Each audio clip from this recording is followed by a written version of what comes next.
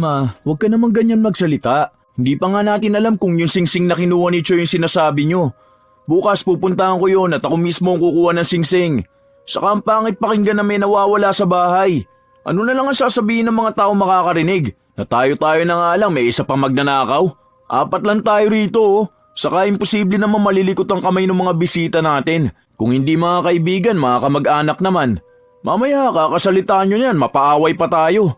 Paano kung nailapag nyo kung saan? Kung sa labas nyo naiwala? Saka kung may magnanakaw dito, ano po yun? 3 kami suspect? Hey! Ewan ko! Basta palagi na lang ako nawawala ng gamit. Nakakainis na bahay to. Kahit saan mo ilapag ang gamit, palagi na lang hindi na makikita pag kailangan mo na.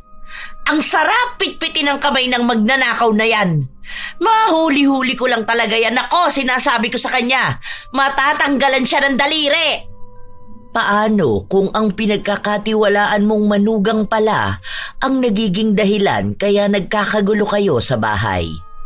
Noon pa man ay malikot na ang kamay ni Aliyah at hindi siya napagbibintangan dahil mabait siya kung titingnan. Pero ang bawat kasalanan ay may kabayaran. Magagawa niya pa kayang magbago? O hahayaan na lang niya ang sariling makulong sa kasalanan at kadiliman? Ang alam ko talaga dito ko yun huling nakita eh. Kailan niyo po ba huling nakita? Kasi po, nung nagpunta po ako rito nung nakaraang linggo, wala naman po akong nakikita dyan. Ano po bang itsura nun? Hindi ko na matandaan kung kailan ko huling nakita. Pero alam ko, hindi ko inalis dito. Infinity sign yun eh. Ang mahal pa naman nun. 24K gold yun. Wala pang 1 taon nang mabili ko yun eh. Baka po nailagay niyo sa ibang lagayan. Tapos hindi niyo lang po maalala. Kasi sabi niyo po na makakalimutin na po kayo, di ba? Hanapin na lang po siguro natin. Nako, feeling ko talaga nanakaw na yun eh. Nung nakaraan pa naman nagpunta rito yung pinsan ng asawa ko. Adik pa naman yun. Alam mo naman kapag mga ganong klase ng tao, may makita lang na gamit, kukunin na nila. Naku talaga, sa susunod na pupunta yan dito, aawayin ko talaga. Kaya ayoko nagpapapasok ng ibang bisita rito sa bahay eh. Si Mama, napagbintangan na naman si Tita Minda. Hindi naman yun magnanakaw. Baka tama si Aliyah na nakaligtaan mo kung saan mo nilagay. Ganyan nung nakaraan eh. Tapos sinisisi mo yung mga bisita ni Nathan. Tapos diba nakita natin na nasa ilalim ng damitan mo? Kawawa naman yung mga batang napagbintangan. Sus! Kapag adik, magnanakaw yan sila. Wala na kasi silang hiya basta makabatak lang. Siguro po, tita, hanapin na lang natin. Saan pa po ba pwedeng mailagay yun? Sa damitan po kaya? Or sa mga pinagtataguan, like storage box, ganon? Ito po bang buong linggo? Ano po ba ang ginawa nyo? Naglinis ako ng bahay eh. Kasi nagtapon ako ng mga hindi na ginagamit. Baka naman po naitapon nyo. Maliit na alahas po yun. Malamang hindi po ganun kadali na makikita. Hindi ko naman ginalaw rito eh. Doon lang ako sa kwarto. Kahapon ko pa hinahanap, hindi ko makita. Nakakainis naman talaga. Ang mga magnanakaw talaga, hindi pa mapitpit ang mga kamay. Nandyan lang yun, Ma. Imposible naman kasi na may kukuha nun. Sa susunod yan, kapag hindi mo hinahanap, pagpapakita rin yun. Baka naman kasi may duwende rito sa bahay nyo, tita. Tapos po, pinaglalaruan kayo. Naalala ko po nun sa bahay ng tita ko, may mga nawawala rin po silang gamit eh. Tapos, kapag kinausap po nila yung duwende, nakikita rin nila. Yun nga ang sabi ng kaibigan ko. Hindi ko alam. Ang kwento kasi noon sa amin ng tatay, may alaga raw silang duwende rito. Hindi ko alam kung totoo ba yun. Kausapin nyo na lang po. Sabihin nyo na hindi kayo nakikipaglaro, kaya ilabas na niya yung gamit nyo. Ganun po ang ginagawa ng tita ko. Sige nga, at ako'y nai-stress na sa mga nawawalang gamit dito sa bahay. Agad namang naniwala si Annie sa sinabi ng nobya ng anak. Kahit na ang totoo ay nilalaro lamang siya ni Aliyah. Nang makauwi na ang dalaga sa kanyang bahay, agad niyang tiningnan ang pinaglalagyan niya ng ninakaw niyang alahas. 3 araw na niya itong hawak dahil nung nakaraan na bumisita siya sa bahay ng nobyo, silang 2 lang ang naroon. Kaya nang makita niya ang alahas, hindi na siya nag-aksaya pa ng oras para kunin ito. May iba pang gamit na nanakaw niya. Ang ilan ay ibinenta na niya para lang magkaroon siya ng pera. Walang mga magulang si Aliyah. Hindi niya nakilala kung sino ba ang mga yon. Lumaki siyang palipat-lipat sa kanyang mga kamag-anak. Pero wala sa kanila ang nagpalaki sa kanya ng maayos. Nang sumapit na siya sa wastong edad, umalis na siya sa poder ng mga kaanak niya para maghanap ng sarili niyang uupahan na bahay. Dahil hindi naman siya nakapagtapos ng kolehiyo, wala siyang nakikitang magandang trabaho. Bata pa lamang si Aliyah, sanay na siyang manguha ng gamit ng iba. Kung saan siya napupuntang bahay, palaging may nawawala. Yun din ang dahilan kaya kung kani-kanino na lang siyang pamilya ipinapasa. Kaya nang makilala niya si Moises at makapunta siya sa bahay na ito, pansin niyang madali lang nakawan ang nobyo. 3 lang sina Moises sa bahay nila. Ang ina niyang si Annie, si Moises at ang bunsong kapatid nito. Nasa ibang bansa ang kanilang ama at ang pangalawang kapatid ng nobyo ay nag-aaral sa ibang bayan. Kaya hindi sa bahay nila nakatira. Madalas na si Moises lang ang nasa kanilang bahay, habang si Annie naman ay madaling mamanipula ang isipan dahil sa makakalimutin nito. Bukas naman ang bahay ng nobyo, lalo na sa mga bisita at mga kaibigan nila. Kaya ang akala ni Annie ay isa sa mga yon ang magnanakaw. Isang araw, magkasama sina Aliyah at Moises. Hindi ko nga alam kung makakahanap ako ng trabaho ngayon. Alam mo naman, puro hanap nila college graduate o kaya may 5 years experience. Hindi nga ako tumuntong ng kolehiyo eh. Buti nga natapos ko pa ang high school. Try mo kaya mag-TESDA. May kinalaman sa luto-luto, ganun. Yung kakilala ko nag-TESDA yon, tapos ngayon nasa barko na nagtatrabaho. Ang laki ng sahod niya. Kaya ko ba yun? Oo naman, ano ka ba? Madali lang naman yun. Paano naman yun kung kailangan ko rin ng trabaho?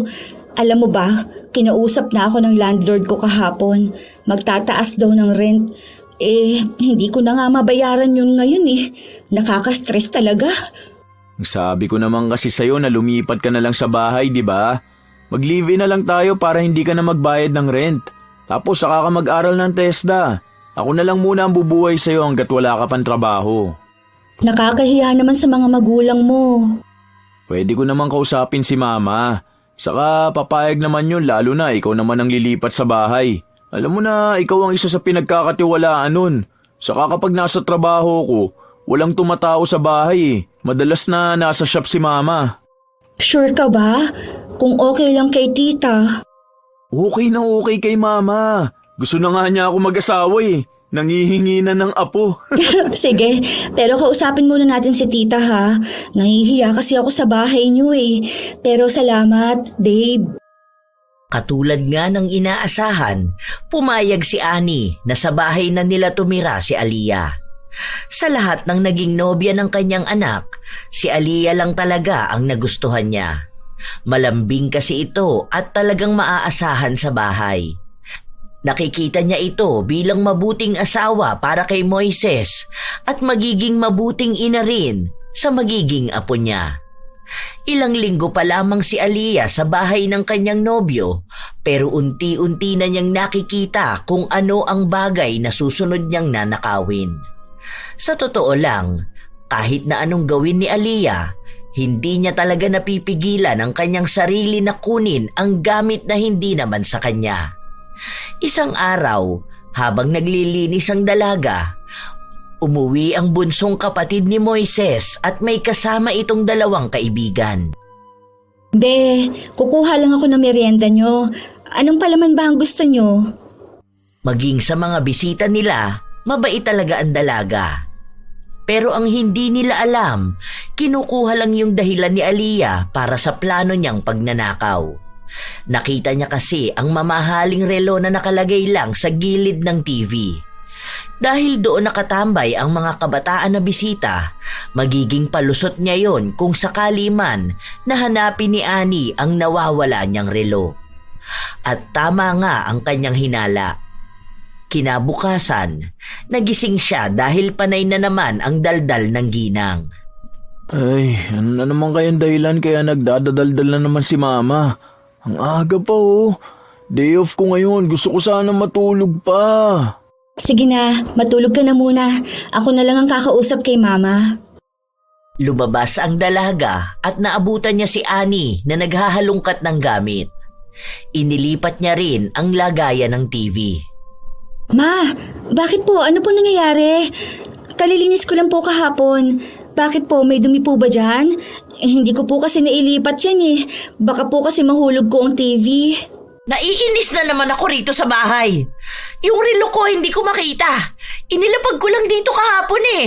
Ano ba naman yan? Yung Chanel na relo niyo po? Oo. Nakita mo ba? Nakita ko po kahapon, pero hindi ko na po napansin kung kinuha niyo na po ba. Basta kahapon, nung nagdala ako ng merienda kina Choy, andyan pa yon. May bisita si Choy kahapon? Opo, yung dalawa po niyang kaibigan. Umuwi rin naman po sila bago kayo umuwi. Ay, malamang isa sa mga kaibigan niya ang kumuha nun. Paborito ko pa namang relo yun dahil ang liit lang. Nakakainis naman oh! Nasaan ba yung si Choy? Kinausap ng ginang ang kanyang anak at tinanong kung nakita ba nito ang ginawa ng kanyang mga bisita dahil may nawawala na naman silang gamit. Ipinaliwanag naman ng bata na hindi naman malilikot ang kamay ng kanyang mga kaibigan. Baka raw nailagay na naman niya ito kung saan. Mas mabuti raw na hanapin muna ito bago siya magbintang sa mga taong wala namang ginagawang masama. Pero hindi natigil si Annie sa kanyang pagdadaldal. Pinagalitan niya ang kanyang anak at sinabi na sa susunod kung magdadala siya ng bisita, siguraduhin niya na binabantayan niya ang mga ito dahil maaaring may nakawin sila. Pinipilit naman ni Choy na ipagtanggol ang kanyang mga kaibigan. Dahil sa ingay nila, lumabas na rin si Moises. Nagkakagulo na sila sa loob ng bahay kaya nagpunta sa kusina si Aliyah at doon niya kunwaring nakita ang relo. Tita, ito po ba yung hinahanap ninyo? Ay oo! Saan mo nakita? Doon po sa taas ng microwave. Oh, nakita mo na Ma. Baka dun mo yan nailapag kagabi dahil nagpainit ka ng ulam. Kita nyo na? Inuuna nyo po kasi yung pagbibintang ng tao eh. Kawawa naman yung dalawang bata. Bumisita lang napagbintangan pa magnanakaw. Eh paano? Ang natatandaan ko inilapag ko yun dito malapit sa TV. Kung inilapag niya yan sa tabi ng TV, paano naman yan mapupunta sa taas ng microwave? Ay, teka po. Naalala ko na. Kasi po kagabi, ang sabi po ninyo, iinitin nyo nga po yung ulam, tapos nadumihan po yung kamay nyo. Bago kayo maghugas, hinubad nyo yung relo nyo. Ayun po, baka doon nyo po inilapag. Hindi na matandaan ni Annie ang nangyari kagabi, kaya hindi niya masabi kung tunay ba ang sinasabi ni Aliyah. Pero dahil doon nga natagpuan ng relo, maaaring yun nga ang totoo. Madalas kasi na nakakalimutan ni Annie ang mga nangyayari. Minsan, inilalapag niya ang gamit sa ibang lugar at hindi na niya maalala. Alam na yon ng kanyang mga anak, kaya sa tuwing may hinahanap siyang nawawalang gamit, pinagsasabihan siya ng mga ito. Lalo na at ang hilig niya pang pagbintangan ng ibang tao. At dahil alam yon ni Aliyah, naging parte na ng kanyang plano ang lituhin palalo si Annie para kung sakali man na may mawawalang gamit sa loob ng bahay, hindi siya mapagbibintangan. Isang araw, naiwan sina Annie at Aliyah sa loob ng bahay. Naririnig ng dalaga ang usapan ni Annie at ng kanyang asawa. Nagsabi ang lalaki na magpalagay na lang sila ng CCTV sa loob ng bahay. Nang matapos ang usapan, doon lang nagsalita ang dalaga. Para sa akin lang po, tita. Parang hindi po maganda na magkaroon ng CCTV sa loob ng bahay nyo. Kasi parang wala naman pong privacy ang mga tao. Tapos, tayo-tayo lang naman po ang nasa bahay. Parang ang pangit naman pong tingnan na wala tayong tiwala sa isa't isa. Kasi ako po, sa totoo lang, kahit kailan, hindi ko naisipan na magnakaw. Yung ibinibigay nyo na nga lang po sa akin, nahihiya na nga po ako natanggapin eh. Naaano kasi ako. Alam mo yun, may mga bumibisita kasi rito sa bahay. Siguro po kung may bisita, bantayan na lang din natin sila. Saka po, bibihira lang mangyari yun eh. Madalas po ako lang ang nasa bahay or minsan kami ni Choi. Para lang naman po sa akin. Pero dahil po bahay po niyo ito, kayo pa rin po ang masusunod. Maganda rin po kung tatanungin ninyo ang mga anak nyo para alam din po nila yung plano nyo. Ano ba sa tingin mo? Masyado na ba talaga ako nagiging makakalimutin? Hindi pa naman ako ganong katanda eh. Yung totoo lang po, tita. Grabe na po ang pagiging makakalimutin nyo. Naalala ko po nung nakaraan, nakalimutan nyo po yung isinalang nyo sa kalan. Nagpapakulo ata po kayo ng tubig. Tapos nakalimutan po ninyong magluluto kayo ng noodles. Ganon na ba kalala? Ang alam ko lang na nakakalimutan ko kapag may itinago akong gamit. Tapos hindi ko na maalala kung saan ko nilagay. Hay nako, bakit kaya ganito ang nangyayari sa akin? Siguro po dahil stress kayo. Baka po sa negosyo nyo. Kung gusto nyo po, ako na lang po muna magbabantay sa tindahan. Dito na lang po muna kayo sa bahay para kahit na paano makapag-relax naman po kayo. Napaisip si Annie sa mga salitang sinabi sa kanya ng dalaga. Wala pa rin namang trabaho si Aliyah at mukhang makakatulong nga kung magpapahinga muna siya. Nag-aalala rin kasi si Annie na baka lumala ang pagiging makakalimutin niya at makalimutan na rin niya ng tuluyan pati ang sarili niya at ang kanyang pamilya. Nang kinagabihan, nang makauwi na si Moises, nagkaroon sila ng pag-uusap ukol sa mga bagay at desisyon na gagawin ni Annie. Sinabi ko naman sa iyo dati yan, di ba ma? Ang lala kasi ng stress mo last year, lalo na dun sa pamangkin ni Kuya George. Bakit? Ano nangyari? Ay, hindi ko ba naikwento sa'yo? May kinuha kasi si mama na magbabantay sa tindahan. Tapos ang ginawa naman nun, nagpapa-order siya ng feeds. Tapos hindi namin alam yun. Kaya lahat ng benta sa kanya napupunta. Ayun, ang laki ng lugi ni mama. Hala, grabe naman yung mga ganong klase ng tao. Pinagkatiwalaan na nga sila tapos mantatarantado pa. Kaya swerte mo na. Kapag nakakilala ka na mapagkakatiwalaan talaga, no? Bibihira na lang kasi yung mga tao na gumagawa ng tama. Sobrang stress ko nun. Kasi nga, ang bilis maubos ng supplies. Tapos wala namang kinikita ang tindahan.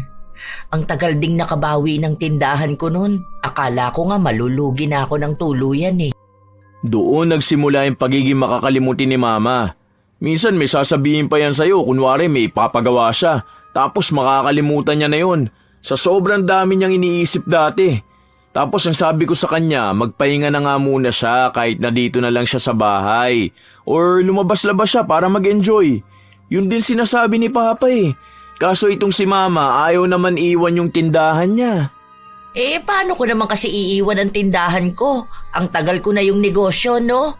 Bago pa kami naging mag-asawa ng tatay mo, negosyo ko na yon. Tapos yun din ang tumulong para makapag-aral kayo. Wow, ganun na po katagal? Oo, ganun katagal na stress. May pinagkakatiwalaan ako noon na nagbabantay ng tindahan ko.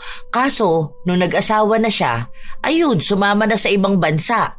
Simula noon, kadalasan na nakukuha ko mga manloloko. Kaya dapat palagi ako nasa tindahan para bantayan sila.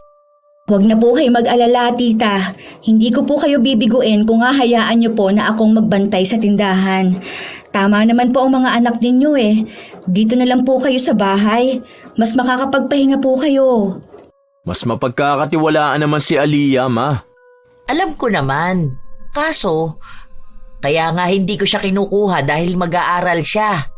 Kapag sa tindahan siya, dapat dun lang siya nakatuon. Lalo na kung siya ang hahawak ng lahat. Okay lang din naman po sa akin. Basta po may trabaho ako. Mas gusto ko po talaga magtrabaho kaysa mag-aral. Nakakahiya naman po kasi eh. Ayoko rin naman pong si Moises lang ang bubuhay sa akin. Tapos nakikitira din po ako sa bahay niyo. Unti-unting kinukuha ni Aliyah ang loob ni Annie. Mabait naman sa kanya ang ginang pero sadyang nahihirapan lang ito na basta magtiwala. Pero dahil nakikita ni Annie na mabait naman ang dalaga, napapayag na rin siya nito. Gusto na rin kasi ng mga anak niyang manatili na lamang siya sa bahay nang sa gayon ay makikita niya rin ang mga taong bumibisita sa kanila. Para daw wala na siyang pagbintangan na ibang tao kapag may hindi siya makitang gamit. Kinabukasan, isinama ni Annie si Aliyah papunta sa tindahan.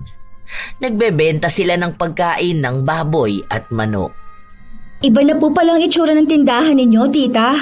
Unang punta ko po rito parang dito sa kabila yung counter. Kakalipat lang niya nung nakaraang linggo.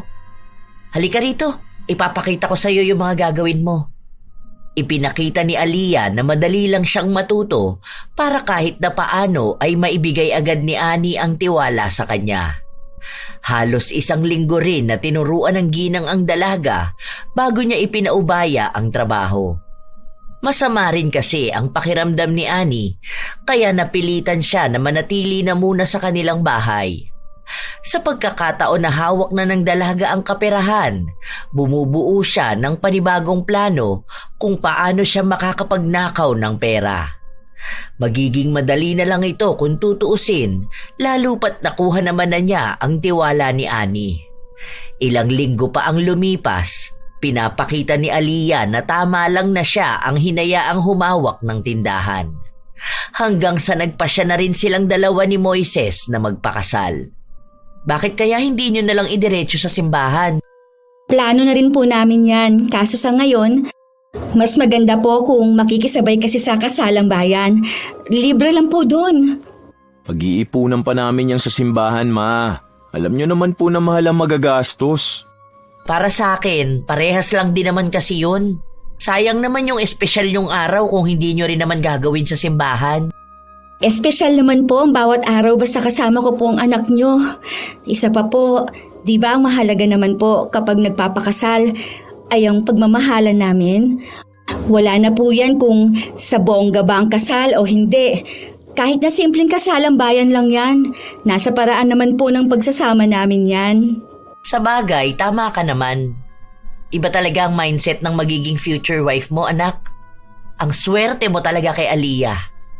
Naku, tama pala yan na magpakasal na muna kayo. Baka maagaw pa yan ng iba. O sige, saka na lang ang kasal sa simbahan pag umuwi na rin ang papa mo. Nagtawanan lang sila. Ang daming magagandang salita na sinabi ni Annie sa kanyang magiging manugang. Gustong-gusto niya talaga ang dalaga, lalo na at magagandang katangian lang ang nakikita niya kay Aliyah. Nang maikasal na ang dalawa, mas lalong naging mabait si Annie sa kanyang manugang. Ipinagmamalaki niya ito, lalo na sa mga nakakausap niya. Minsan kasi, kapag tungkol sa manugang ang usapan nila ng mga kumare niya, si Aliyah ang nagiging angat. Sinasabi kasi ng mga kumare niya na kung hindi masasama ang ugali ng mga naging asawa ng mga anak niya, minsan naman daw mga tamad at hindi maaasahan sa bahay.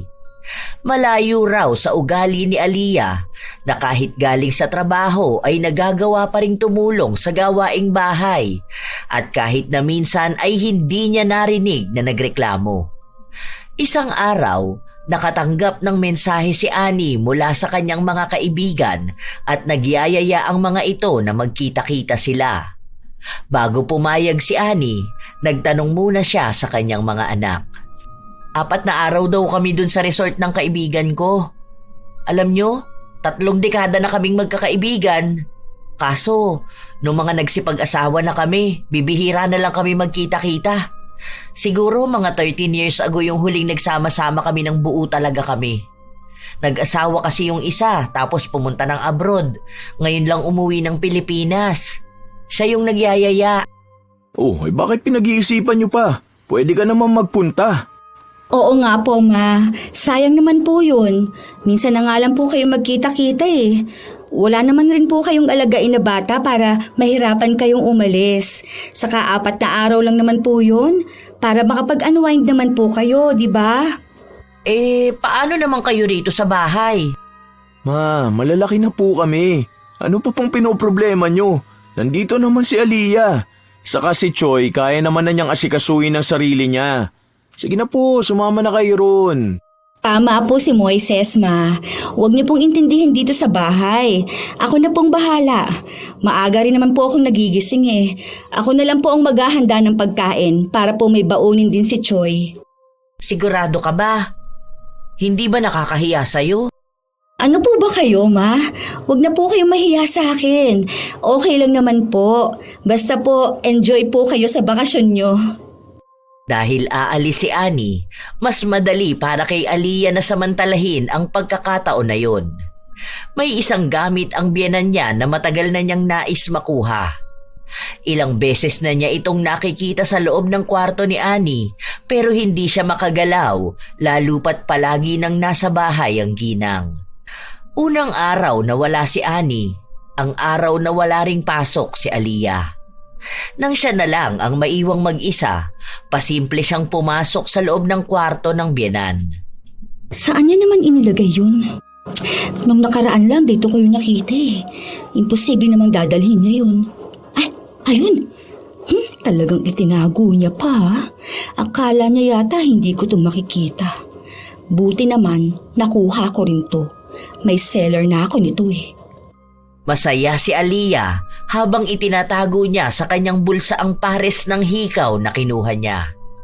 Naglinis muna siya sa buong bahay bago siya nagbihis para umalis.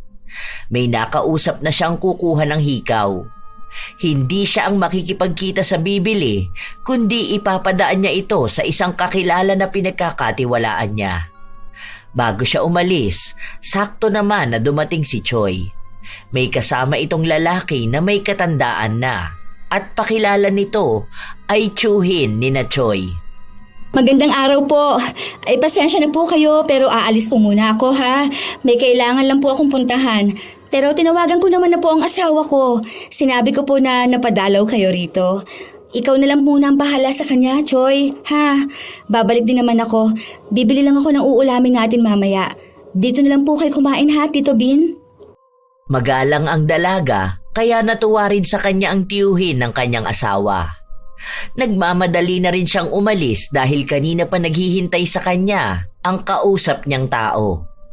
Nang maibigay niya ang hikaw, sinabi niya rito na huwag siyang basta tatawag sa kanya dahil baka si Moises ang makasagot.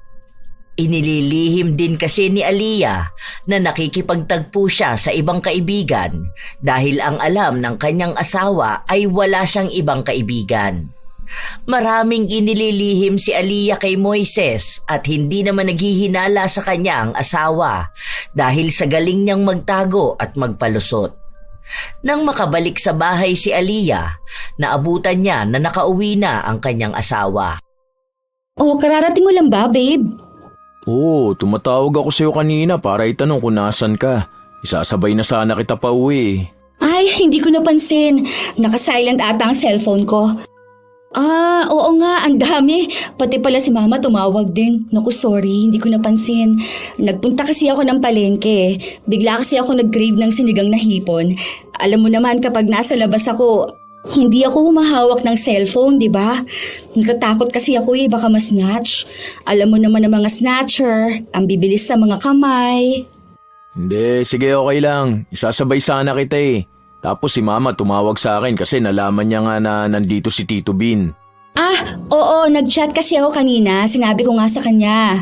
Sige, magluluto na muna ako para makakain dito si Tito. Tulungan na kita. Hindi na, babe. Sige na, makipagkwentuhan ka na lang muna sa tito nyo. Wala sila ni Choi. Pinuntahan yung isa pa naming kamag-anak dun sa kabilang kanto. Ano bang dahilan kaya yun na pabisita? Ngayon ko lang ata siya nakita. Hindi ko pa rin naman nakikita yung iba niyong mga kamag-anak. Ang nakikita ko lang yung mga malalapit lang dito. Hindi kasi masyado lumalabas ng bahay nila. Yan yung tito ko na sinasabi namin ni Mama na milyonaryo. Ay, totoo ba? Bakit hindi halata? Yung suot niya kasi kanina parang gusot-gusot. Tapos parang may mancha pa. Ganun lang talaga siya. Minsan nga kapag pumunta ka sa mansyon nila, makikita mo yan, butas-butas ang damit eh. Bihira lang yan nagsusuot ng damit kapag may mga party lang o business meetings. Pinapatakbo nga yan na mayor sa kanila pero ayaw niya maging politiko. Grabe, ang big time naman ng mga kamag-anak niyo. Ay, oo naman. Lalo na sa father side namin. Lahat talaga silang magkakapatid, mga successful na tao. Kaya pala nagpunta rito si Tito kasi sasabihin niya yung sa kasal ng anak niya. Bali lahat tayo rito, imbitado.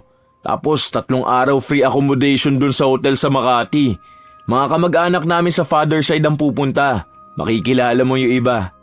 Nakakahiya naman kung sasama ako dun. Maiwan na lang kaya ako rito sa bahay. Anong nakakahiya? Imbitado ka talaga. Pati nga si Tito natutuwa sa'yo eh. Siyempre asawa kita, kaya kung imbitado ang pamilya namin, malamang imbitado ka rin dahil part ka na ng family. Kaso nakakahiya naman sa mga kamag-anak nyo. Ang yayaman nila. Paano kapag tinanong nila ako? Wala man lang akong pamilya. Wala naman silang pakialam dun. Saka mababait yung mga yun. Hindi naman imbitado yung mga mapangmata naming kamag-anak. Basta yung mga kapatid ni Papa, yun talaga mababait silang lahat. Sa totoo lang, hindi naman talaga nahihiya si Aliyah. Isa lang yon sa kanyang rason para hindi masyadong mahalata na gusto niyang sumama. Ilang buwan pa naman bago maganap ang kasalan na yon, kaya hindi na niya muna inisip ang tungkol doon. Ilang araw pa ang lumipas, nagpatuloy si Aliyah na kumuha ng mga gamit ng kanyang biyenan. Ang kinukuha niya ay yung madali lang makaligtaan at hindi masyadong ginagamit ni Annie. Babe, uuwi na bukas si Mama, no? Anong oras? Hindi ko alam eh. Gabi yata, bakit? Pwede kaya ako magpaalam na hindi muna ako papasok? Yung dati ko kasing katrabaho, nag-aaya siya sa akin kung pwede kami magkita. May problema kasi siya eh. Naghiwalay sila ng asawa niya. Kilala mo yun. Naalala mo nung nililigawan mo ko? Nung nandun pa ako sa karinderya nagtatrabaho, naalala mo yung sinasabi mo na may makapal na eyelashes? Oo, yung si Rose? Yung tinatawag niyong rosas na walang bango? Naaalala mo pa pala yun? Oo, siya nga. Kung okay lang din sa'yo na umalis ako? Oo, okay lang naman yun. Wala namang problema sa akin eh. Anong oras ka ba bukas? Ihatid na lang kita. Hanggang anong oras ka ba ron? Pero kung gusto mo, okay lang din naman kung hanggang kinabukasan ka. Susunduin na lang kita, total wala naman akong pasok bukas eh. Samahan mo na lang siya, kawawa rin naman. Naghiwalay ka mo sila ng asawa niya. Labis ang pasasalamat ni Aliyah sa kanyang asawa. Kinabukasan, maaga siyang nagising para maghanda ng pagkain. Sinabi rin ni Moises na siya na ang nagpaalam sa kanyang ina ukol sa paalam ni Aliyah. Nang makarating na si Aliyah sa bahay ng kanyang kaibigan, hindi na pumasok si Moises. Nagsabi lang ito sa kanyang asawa na tatawagan na lang siya kinabukasan para sunduin siya. Ang hindi alam ni Moises, hindi naman talaga kaibigang dadamayan ang ipinunta ni Aliyah sa bahay na yon, kundi ang sugalan na palagi niyang pinupuntahan simula pa noon. Anong oras ba tayo magsisimula? Okay ako kahit walang tulugan to. Ano na ha? Nasaan na ba yung iba? Huwag niyo sabihin na mas nauna pa ako sa kanila ha. Ano ba naman yan? Bilisan niyo na. Tawagan niyo na ha. Para makapagsimula naman na tayo. Kating-kating ang palad ko oh. Matagal nang lulong sa sugal si Aliyah at isa yon sa dahilan kung bakit siya nahilig sa pagnanakaw ng gamit.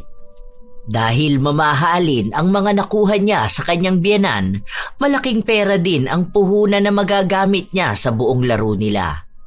Mabuti na lang at madali niyang nakumbinsi ang kanyang asawa dahil hindi na rin naman nakikita ni Moises ang dating katrabaho na tinutukoy ni Aliyah. Dahil kabisado na rin niya ang kanyang asawa, madali na lamang para sa kanyang pasunurin ito gamit ang kanyang mga salita. Hindi rin naman alam ni Moises ang ginagawa niyang pagsusugal. Dahil bukod sa hindi siya humihingi ng pera sa asawa, nakikita rin nito na nag-iipon din siya para sa kanilang kinabukasan. Nagpatuloy ang masayang araw ni Aliyah. Hindi siya kinukulit ng asawa dahil malaki ang tiwala nito sa kanya. Ang ginagawa na lamang niya, nagpapadala siya rito ng litrato para kunwaring ipakita na kumain na siya. Ay, ano ba naman yan? May balat ka naman ata sa puwet eh. Huwag ka kaya sumilip sa baraha ko. Hindi na ako manalo-nalo rito. Ano, naligo ka ba? Inaalat tayong dalawa ha? Huwag ka nalang bumakas dyan. Ang laki na nga ng talo ko. Ubus na yung perang dala ko. Tapos maaga pa para matapos ang laro. Panay reklamo si Aliyah, lalo pat sunod-sunod ang pagkatalo niya. Hanggang sa naubos ang malaking halaga ng pera na hawak niya galing sa mga pinagbentahan ng mga ninakaw niya. Pero dahil ayaw siyang patayuin ng mga kalaban niya, nagkaroon na lang sila ng listahan.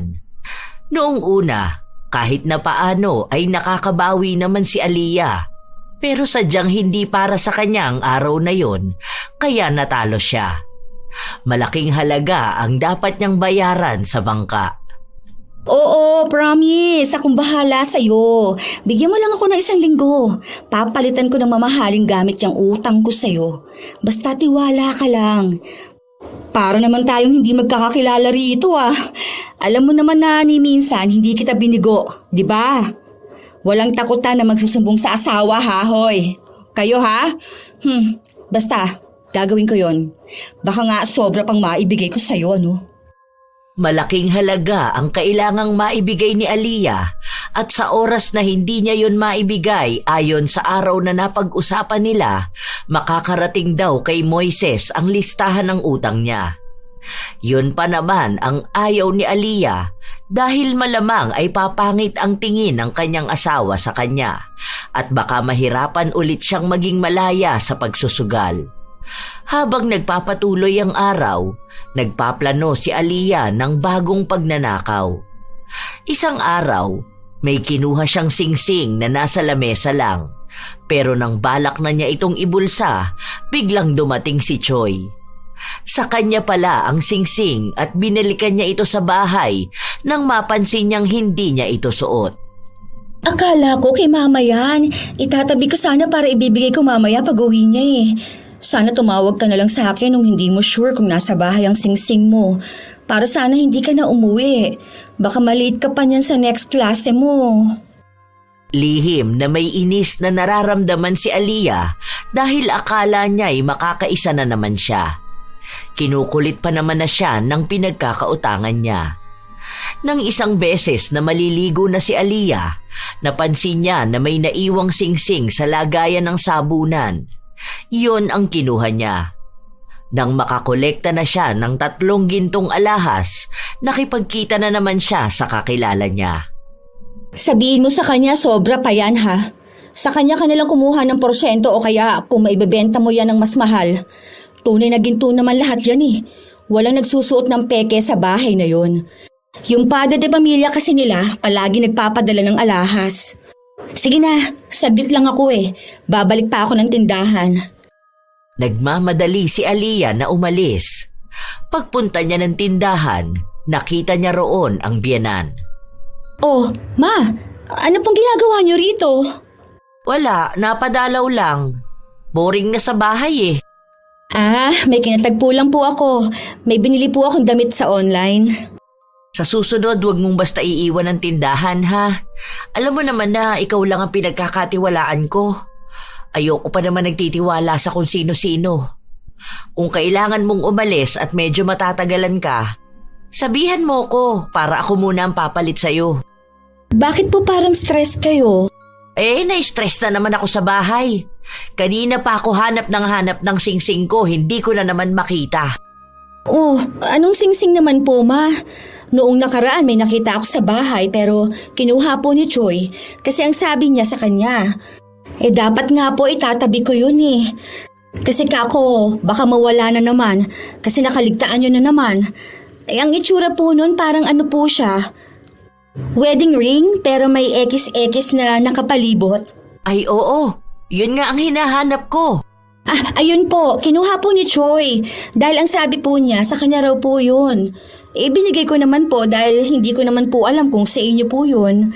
Hindi ko pa po kasi nakitang suot niyo yun. Bago pa lang naman yun. Nakakainis namang Choi yan, oo. Bakit naman niya aangkinin yung hindi sa kanya? Alam niyo, Ma, ayoko lang po talagang nagsasalita eh. Pero po kasi, may nawawala rin po akong gamit.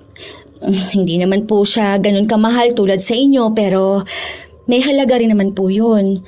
May nabili po kasi ako dati na relo. Kaso hindi ko na po alam kung nasaan na. Ayoko naman po magsalita sa bahay kasi po, alam niyo yun, tayo-tayo lang naman po ang nakatira dun. Pero feeling ko po huwag po kayong magagalit sa akin, Ma. Baka po nagnanakaw na si Choi. Lalo na po sa ganyang edad ng kabataan, parang maluluho po sila. Lalo na kung may mga kaibigan niyang nanunulsol sa kanya. Imposible naman na magnanakaw ang anak ko. Ang daming pera nun. Palagi pang binibigyan nyo ng isa pa niyang kapatid na nasa Maynila. Hindi naman po basta masasabi yung ganun, Ma. Minsan po, hindi yan sa pera na hawak nila eh. Meron pa naman po na ganun, yung may sakit na pagiging magnanakaw. Parang kahit hindi niya alam o hindi niya sinasadya, nakakapagnakaw siya. Baka po merong ganun si Choi. Ang daming sinabi ni Aliyah na mabilis lumason sa utak ng kanyang biyenan. Nang makauwi sila sa bahay, hinintay muna nilang umuwi ang dalawa bago sila nag-usap-usap. Ang dapat na kalmadong pag-uusap ay nauwi sa galit ni Annie. Pinagpipilitan kasi ng anak niya na hindi siya magnanakaw at kahit na kailan, hindi niya naisipan na kumuha ng gamit ng iba. Sure ka ba, babe, na nakita mo yung kinuha ni Choi? Oo, umuwi pa nga siya para kunin yun. Binigay ko naman sa kanya dahil hindi ko naman alam kung kanino yun eh. Nangatwiran si Choi na hindi yun ang singsing na kinuha niya dahil sa kaibigan niya yung singsing na naiwan sa bahay. Magtigil ka dyan! Bukas kukunin ko yung sa kaibigan mo, ha? Ang kapal na mukha nun! Ang mahal ng ginto na yun tapos aangkinin niya lang! Simula ngayon, tigilan mo na yung mga kaibigan mo na yan, ha? Noon pa man pangit na ang pakiramdam ko sa kanya. Halatang mga magnanakaw. Pati ang ate Aliyah mo nawawalan dito sa bahay. Ano ba naman yan? Tayo na nga lang ang nakatira dito. May nawawala kang gamit? Bakit hindi mo sinasabi? Nahihiya ako magsabi eh. Sino namang pagbibintangan ko? Saka iniisip ko na lang na baka naitabi ko lang tapos hindi ko pa nakikita kasi hindi pa ako naghahalungkat. Ayoko kasi nang sisihan sa totoo lang. Kahit ako ayoko naman ng ganyan, lalo na pambibintang. Pero kasi palagi na lang may nawawalang gamit dito sa bahay eh. Hindi ko alam kung dahil ba sa duwende na yan o sa mga bisitang malilikot ang kamay o dahil sa kung sinong punyetang magnanakaw na nakatira sa bahay na to. Ma, huwag ka naman ganyan magsalita. Hindi pa nga natin alam kung yung singsing na kinuha ni Choi yung sinasabi nyo. Bukas pupuntahan ko yun at ako mismo ang kukuha ng singsing. Saka ang pangit pakinggan na may nawawala sa bahay. Ano na lang ang sasabihin ng mga tao makakarinig? Na tayo-tayo na nga lang may isa pang magnanakaw. 4 lang tayo rito oh. Saka imposible naman malilikot ang kamay ng mga bisita natin. Kung hindi mga kaibigan, mga kamag-anak naman. Mamaya kakasalitaan nyo yan, mapaaway pa tayo. Paano kung nailapag nyo kung saan? Kung sa labas nyo naiwala? Saka kung may magnanakaw dito, ano po yun? 3 kami suspect? Hey! Ewan ko! Basta palagi na lang ako nawawala ng gamit. Nakakainis na bahay to. Kahit saan mo ilapag ang gamit, palagi na lang hindi na makikita pag kailangan mo na. Ang sarap pitpitin ng kamay ng magnanakaw na yan. Mahuli-huli ko lang talaga yan. Ako, sinasabi ko sa kanya, matatanggalan siya ng daliri. Sige po ma, tama na yan. Baka mamaya takayin ka pa sa puso eh. Kanina ka pa nagagalit. Basta wala magnanakaw sa bahay na to. Bukas na bukas, aalamin ko kung talagang sa'yo yung singsing. Kapag hindi, mag-sorry ka dapat sa mga taong naapektuhan ng mga pambibintang nyo. Kung alam nyo lang po kung gaano kasakit sa damdamin ng mapagbintangan. Kinabukasan nga ay sumama si Moises sa kanyang kapatid para puntahan nila ang tinutukoy ni Choi na kaibigan.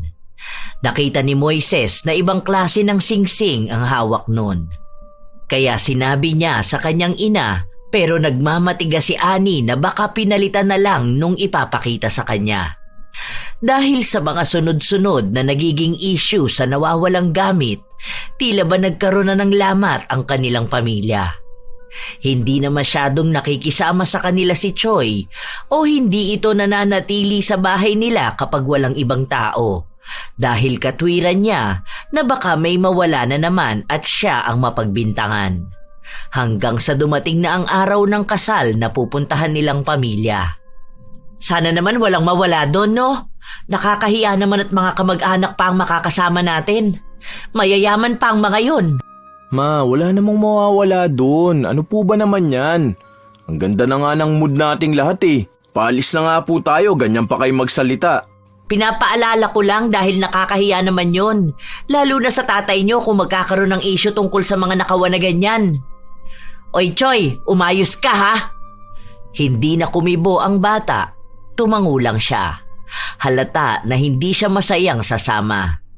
Kung may iba lang sana siyang pagpipilian, lalayo siya sa kanyang pamilya.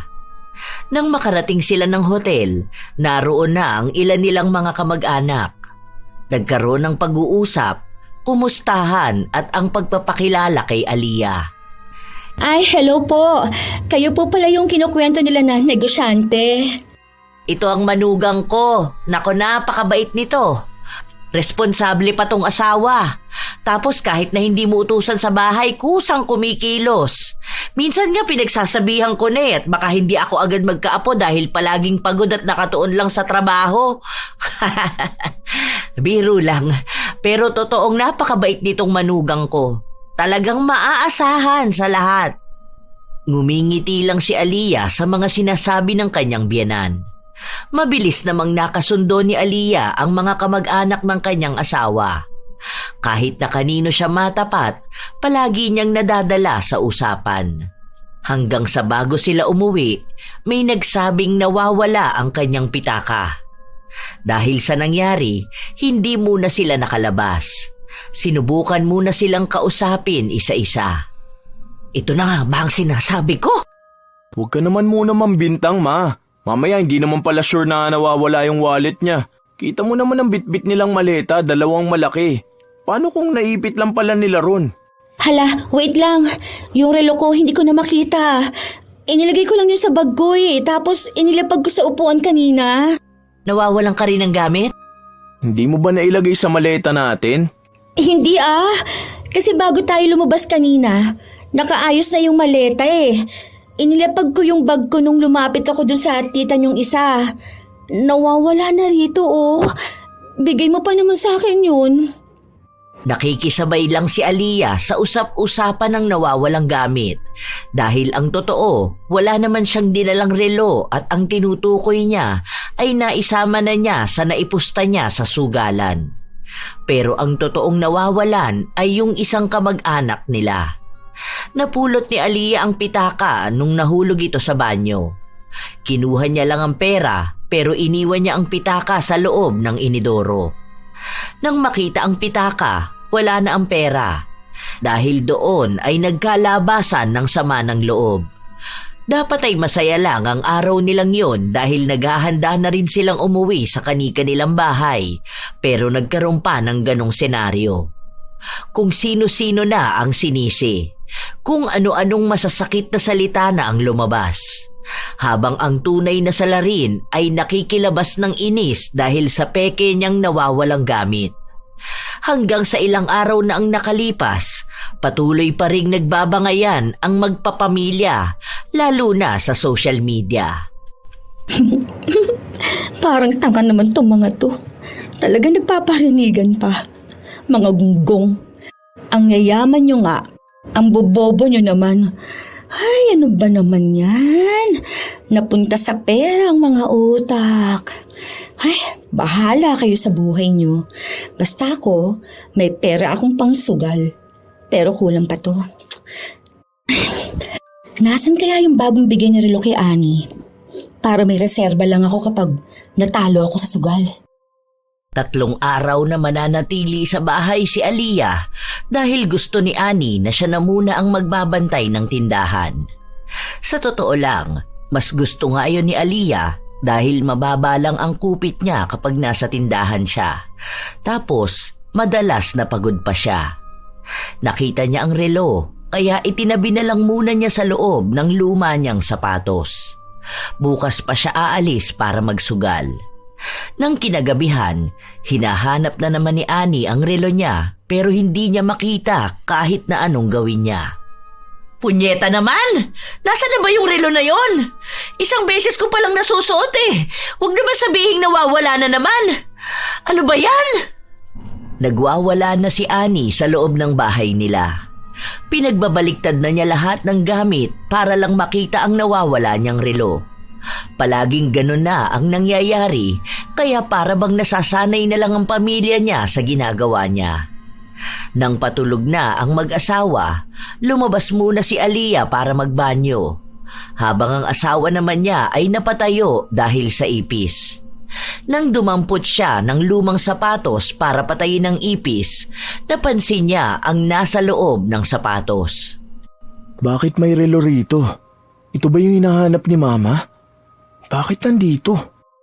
Nang marinig ni Moises ang yabag ng asawa niya na papasok na sa kwarto, ibinalik niya ang sapatos. Balak na sana niyang itanong sa asawa, pero hindi niya ginawa. Babe, ano sa tingin mo? Huwag na muna kaya akong pumasok bukas, no? Maglinis tayo ng bahay, yung ililipat yung mga gamit para mahanap natin yung mga nawawalang relo ni Mama. Wag na, babe. Saka na lang. Naglilinis din naman ako dito sa bahay eh. Makikita ko naman yon kung sakali. Tingin mo ba may magnanakaw sa bahay na to? Feeling ko nga si Choi eh. Halata sa kanyang guilty siya. Huwag kang magagalit ha. Yun lang ang napansin ko. Kasi kapag pinagsasabihan siya, hindi na niya pinagtatanggol ang sarili niya. Dapat pagsabihan mo yung kapatid mo. Mahirap na kapag nakasanayan na niya yung pagiging magnanakaw niya. Sa bagay, tama ka nga naman. Kapag nasanay pa naman ang isang magnanakaw, hindi na yung titigil. Sana mahuli na kung sino man may malikot na kamay dito. Para naman matahimik na ang bahay. Hindi umamin si Aliyah kahit na nahuli na siya ng kanyang asawa. Kaya ang ginawa ni Moises, kinuha niya ang relo at ibinalik sa kwarto ng ina. Kaya nang magising kinabukasan si Aliyah at hinanap ang relo, wala na sa pinaglalagyan niya. Inis na inis siya dahil ang natatandaan niya, doon niya inilapag. At mas lalo siyang nagtaka noong makita niyang suot na ng biyenan ang relo. Bad trip naman. Paano naman bumalik sa kanya yung relo? Hayaan na nga. Sa susunod, makukuha ko naman ulit yan. Umalis si Aliyah para pumunta sa bahay na pinagsusugalan nila. Marami siyang pera, kaya kung makawaldas siya ay daig niya pa ang milyonarya. Oh, hanggang 4:00 lang ako ha. Baka umuwi na yung mga tao sa bahay at hanapin ako. Pero sa susunod na linggo, wala ang asawa ko. Aalis yun. Pupunta ng Taiwan para dun sa meeting sa work niya. Yon, kahit buong magdamag walang tulugan, lalaban talaga ako. Ganda sana ng laban ngayon, no? Kaso nabawi naman ng biyenan ko yung relo. Nakakainis nga eh. Ang hirap na niyang pagnakawan ngayon ha. Lahat na ng bagay nakatago na.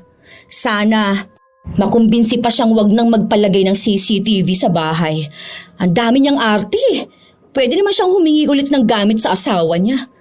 Kung wala lang mga alahas yon at mamahaling gamit, naku, hindi ko naman pakikisamahan yun. Ang daldal, nakakapikon. Ang daming pangit na salitang binitawan ni Aliyah laban sa kanyang biyenan. Hanggang sa nabanggit ng kalaro niya na kulamin na lang niya.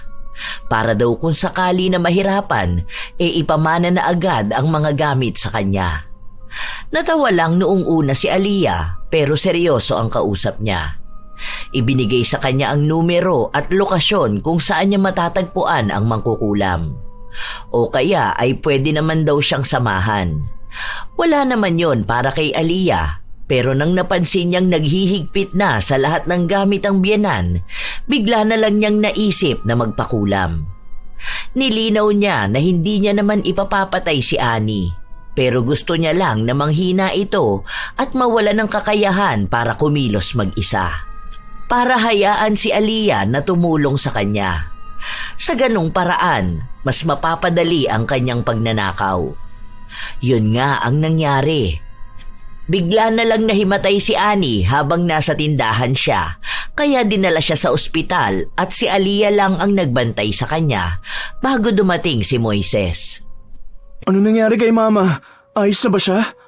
Lumabas na ang resulta. Wala namang nakita. Pero nangihina kasi siya eh. Baka sa stress din, no? Ang sabi ko kasi sa kanya, wag na siya sa tindahan eh.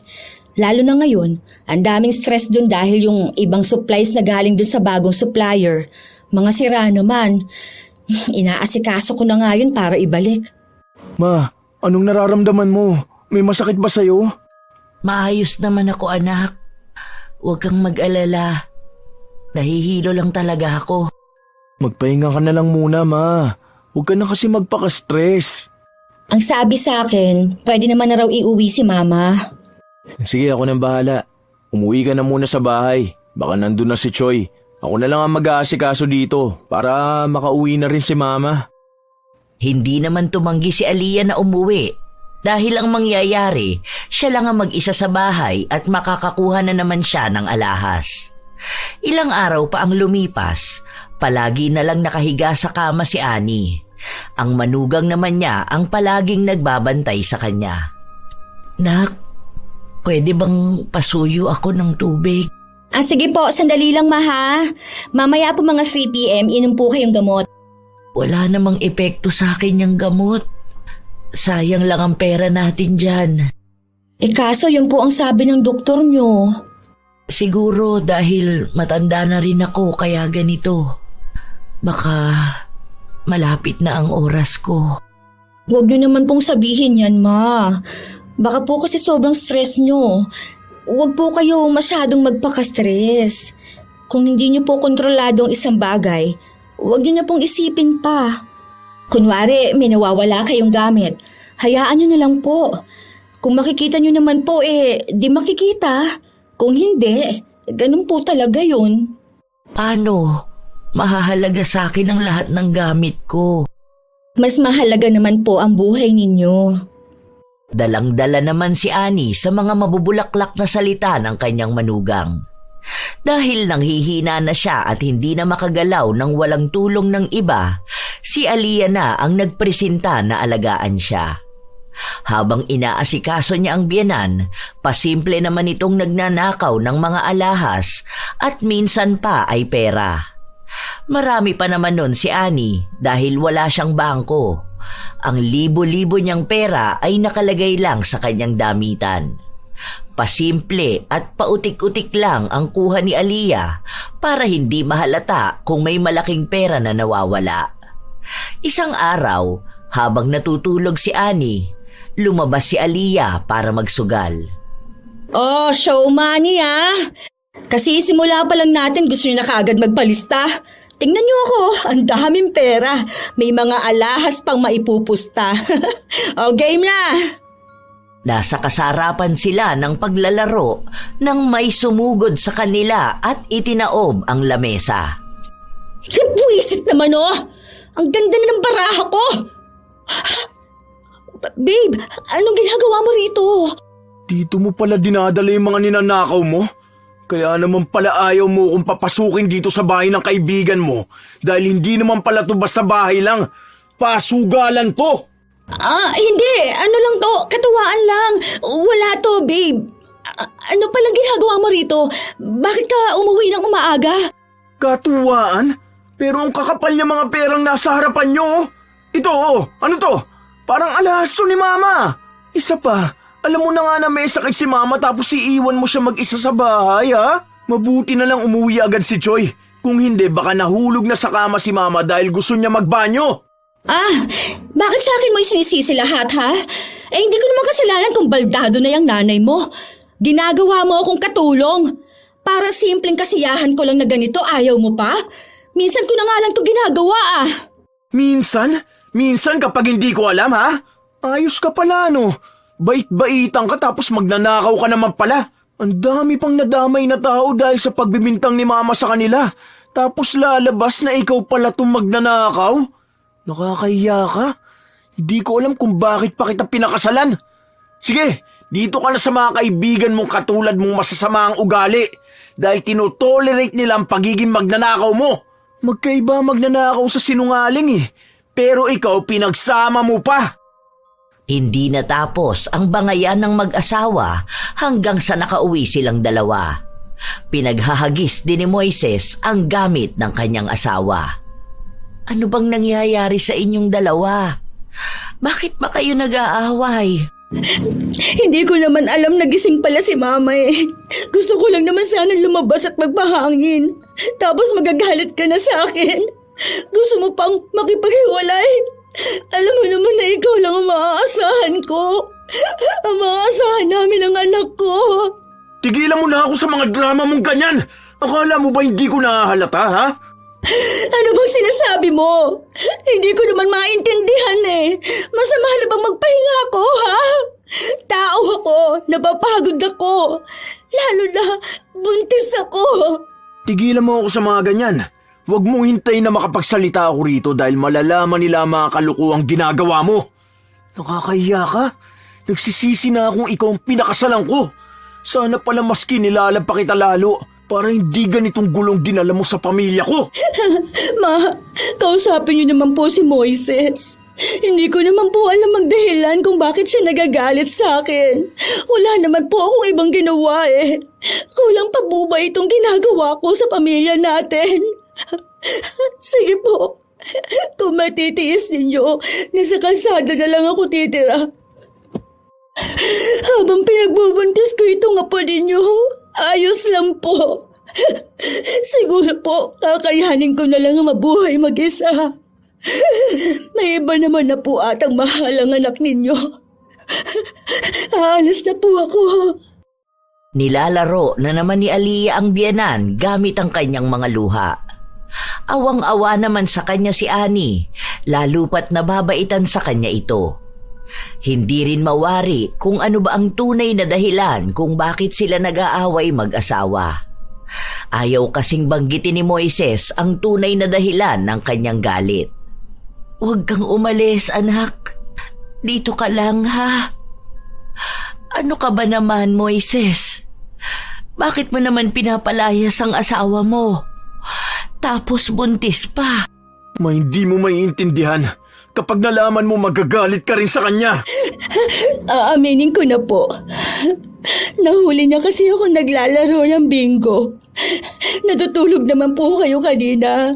Tapos paglabas ko, naabutan ko yung mga naglalaro dun sa labas. Nagalit po siya sa akin. Sorry po, Ma. Sorry po kung gusto ko lang naman na magpakasaya kahit na minsan. Napakasinungaling mo talaga, no? Hindi ko akalain na may ganyan kang pag-uugali. Nakakagalit ka, sa totoo lang. Paano mo naitago sa amin yung ganyang ugali mo, ha? Ano ba, Moises? Tumigil ka na. Huwag mong pagsalitaan ng ganyan ang asawa mo. Hindi maganda yung ganyan. Hayaan mo siya kung gusto niya lang naman magpakasaya. Naiintindihan ko siya na nakakaramdam siya ng pagod dito sa bahay, lalo na at may ahalagain pa.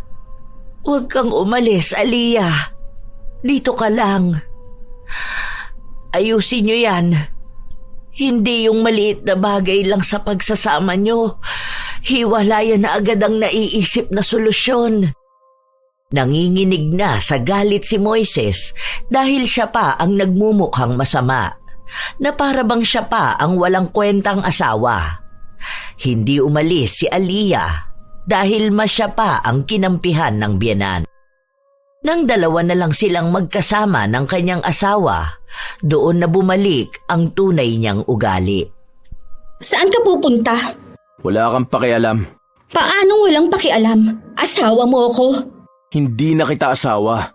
Siguro sa papel na lang. Pero hayaan mo, sa susunod wala ka na rin pangahawakan na ganun. Wala pa lang ako maibigay na ebidensya para mapabilis ang paghihiwalay natin. Ang galing mo magtago. Ang galing mo magpanggap. Pasalamat ka, hindi ko masabi kay mama na ikaw yung magnanakaw sa bahay dahil baka mapahamak pa siya. Baka sa sobrang sama ng loob niya atakihin pa. At kapag nangyari yun, mas lalo lang kitang hindi mapapatawad. May paiyak-iyak ka pang nalalaman, tapos magpapanggap ka pang buntis. Dahil pinapalayas mo ko. Isa pa, wala namang masama sa ginagawa ko. Gusto ko lang naman talagang maging masaya. Masaya ka kapag may ninanakaw ka? Kapag may nababaliw na kakahanap ng gamit na nawawala? Hindi ko alam kung bakit hindi man lang kita pinaghinalaan. Siguro dahil nadadala rin ako sa pagpapaawa mo. Ngayon hindi ko na alam kung totoo bang mahal mo ako o nadala ka na lang din yung pagiging magaling mo magpanggap. Mahalaga pa ba kung mahal kita? Hindi pa ba sapat na may asawa ka? Na may kinikilala mga magulang mong misis mo, ha? Ikaw ang unang lumapit sa akin, di ba? Hindi ko naman siguro kasalanan na niligawan mo ko. So ibig sabihin wala lang talaga sa'yo to? Itong pagsasama natin? Bakit ka pa nagpakasal sa akin? Dahil gusto mo. Isa pa, gusto ko rin naman ata. Hindi naman mahalaga yun eh. Ang gusto mo lang naman magkaroon ng isang pamilya. Ngayon naiintindihan ko na kung bakit hindi ka mahal ng mga kamag-anak mo. Dahil kung nalaman ko na ganyan ka, hindi rin kita mamahalin. Alam mo, hindi ko matanggap na nalinlang mo ko eh. Kami ng pamilya ko. Pati mga kamag-anak ko nagkagulo na dahil sa'yo. Sapat na siguro yung mga nalaman ko para tanggapin na walang magbabago sa pagmamahala na to. Dahil wala naman talagang pagmamahal na namamagitan sa atin.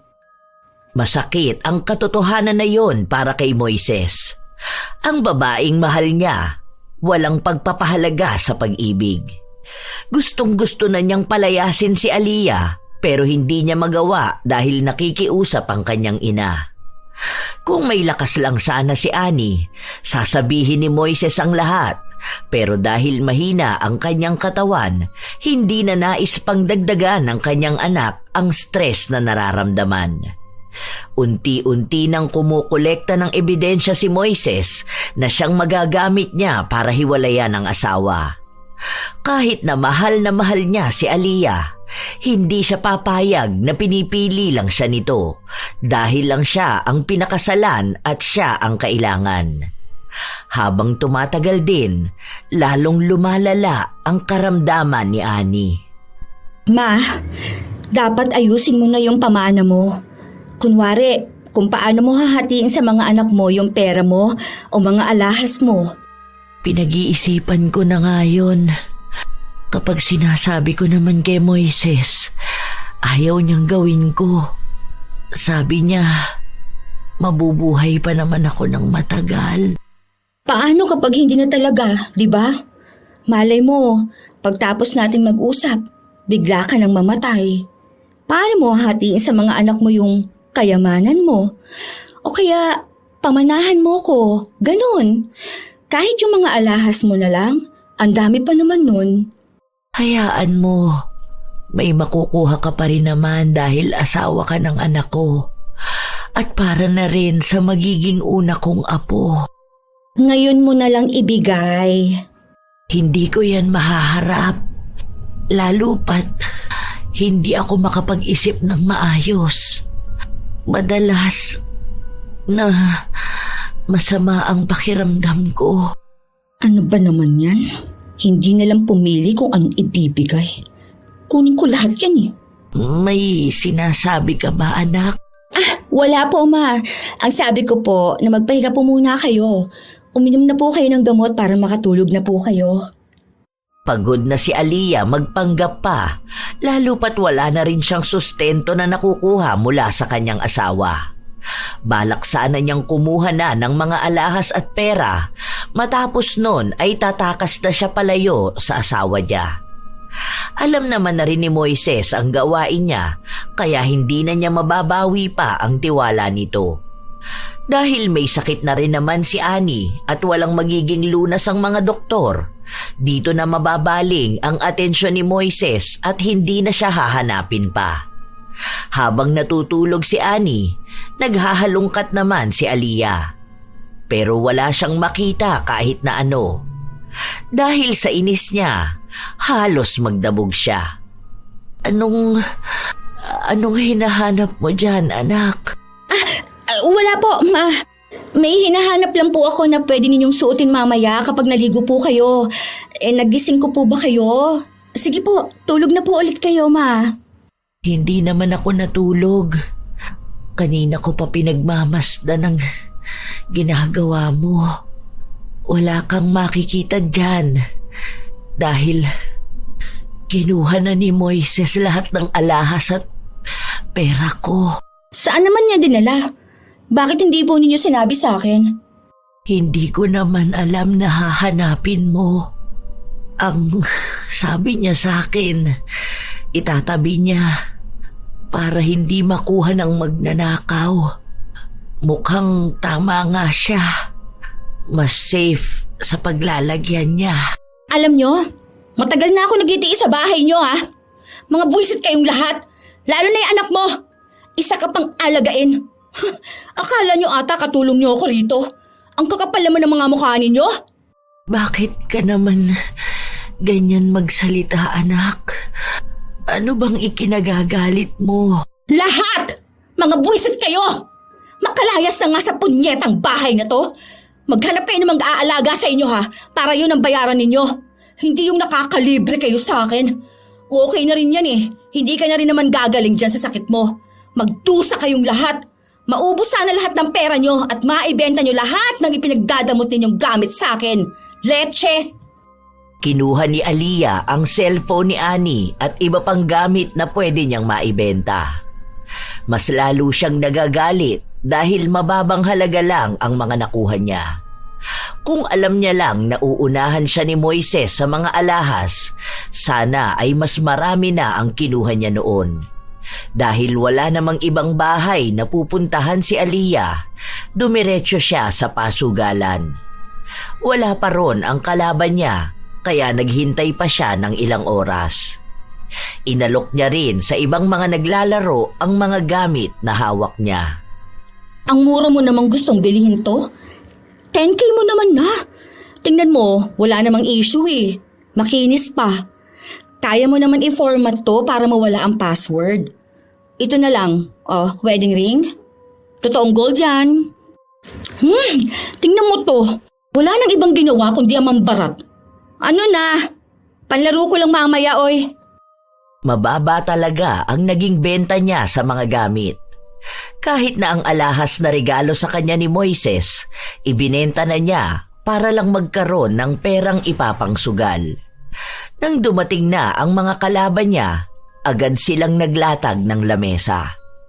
Oh, dating gawe ha. Labas muna mga pera para hindi tayo nalulugi rito. Oh, eto nang lahat ng meron sa akin oh. Kung gusto nyo, may mga damit ako na pwede ninyong bilhin. Hoy, mamahali ng mga yon ha. Galing pang abroad yon. Nasa kalagitnaan na ng kasarapan sa pagsusugal ang mga tao matapos na magkagulo dahil may mga pulis na pumasok sa loob. Dahil sa takot ni Aliyah, tumalon siya sa bintana pero mali ang bagsak niya kaya nabalian siya. Dahil hindi siya makatayo at makatakbo, nadakip din siya ng mga pulis at dinala sa ospital. Nadaan naman niya sa paliwanagan ang mga ito. At dahil walang ebidensya na nakuha sa kanyang isa siya sa mga nagsusugal, hindi siya nakulong. Pero ang problema niya, wala siyang pera at wala rin siyang kahit na anong gamit. Pero mabuti na lang, kahit na wala siyang dalang cellphone, napuntahan siya ni Moises sa ospital. Babe, ang sakit ng binti ko. Buti nilang pinuntahan mo ko rito. Pumunta ako rito hindi para tulungan ka o kaawaan ka. Magbibigay lang ako ng pera sa'yo. Pero pagtapos nito, wala na akong pakialam sa'yo. Huwag mo na kaming guguluhin. At huwag mong ipipilit ang sarili mong bumalik sa bahay. Dahil hindi na kita asawa. At walang anak na nag-uugnay sa atin. Tigilan mo na ang pagpapanggap mong buntis ka kahit na hindi naman totoo. Alam mo, galit na galit ako sa'yo. Dahil maliban sa ginawa mong tanga mga tao sa bahay, ikaw pang malakas ang loob na ipakulam si Mama. Oo, hindi ko mapapatunayan na ikaw. Pero alam kong ikaw lang ang may kakayahan. Ano? Ganito na lang ang gagawin mo sa akin? Nakita mo na ngang may sakit ako. Hindi ko nakasalanan kung tumalon ka sa bintana. Ikaw ang may kagagawan niya sa sarili mo. Kanya-kanya na tayo ngayon. Alam mo kung may pagsisisihan man ako sa buhay ko, yun ay ang maging asawa ka. Maling-mali ako na hindi ko muna kinilala ang pagkatao mo. Hindi ko inisipan ng maling dahilan kung bakit walang mga kamag-anak mo ang gustong tumulong sa'yo eh. Ngayon alam ko na, sino nga namang magpapatira na magnanakaw sa bahay nila. Kahit na anong pagpapaawa ni Aliyah, wala nang nararamdaman pa ang kanyang asawa. Kinokonsensya niya ito at sinasabi na nangako sila noong kasal nila na magsasama sila sa hirap man o ginhawa. Pero sinabi lang ni Moises na ibang pagkatao ng asawa ang pinakasalan niya, hindi ang tunay na pagkatao nitong sinungaling, magnanakaw at sugarol. Tinotoo ni Moises ang sinabi niya kay Aliyah na hindi na niya ito tatanggapin pa sa buhay nila. Habang si Ani naman ay nahirapan makipaglaban sa mangkukulam. Halos 3 albularyo na ang napakiusapan nila pero hindi nagtagal ay gumaling na rin si Ani. Simula nang mangyari yun, nahirapan na talaga siyang magtiwala dahil kahit pala ang mabuting tao na kaharap niya ay may itinatago palang sikreto. Ilang taon pa ang lumipas, napawalang bisa na ang kasal ni na Moises at Aliyah habang si Moises naman ay nagkaroon ng bagong kasintahan. Magkaiba ng ugali kay Aliyah. Ang bagong kasintahan ni Moises ay galing sa isang matinong pamilya at alam niyang hindi nagtatago ng tunay na ugali. Mabait din ito sa kanyang ina at sa pamilya. Habang nagpapatuloy na maging maganda ang buhay ng pamilya ni Ani, siya namang patuloy na pagbagsak ni Aliyah. Hindi pa rin niya naaalis ang pagiging malikot ang kamay. Sa kasalukuyan ay nakakulong si Aliyah matapos niyang pagnakawan ang isang kumpanyang pinapasukan niya.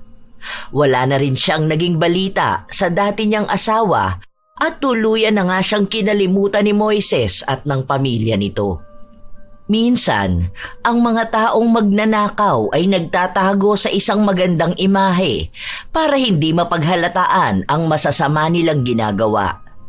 Marahil ang pagiging malikot ang kamay ay hindi lang basta gawain.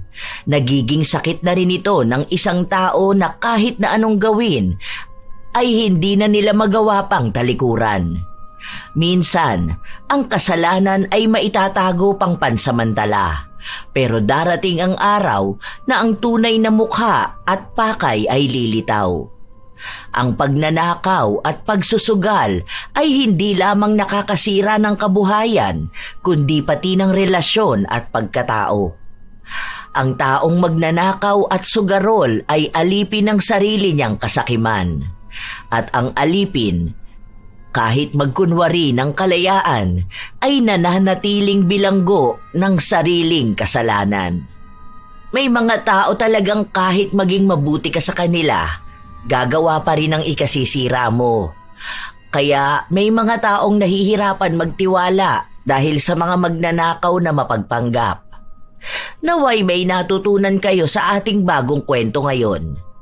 Mga apo, ibahagi nyo naman ang inyong mga opinyon ukol sa ating kwento at ibahagi nyo rin kung kayo'y may kakilalang katulad ni Aliyah na isang magnanakaw. Shout out sa ilan sa mga masusugid na tagapakinig ng mga istorya ni Lola Telang.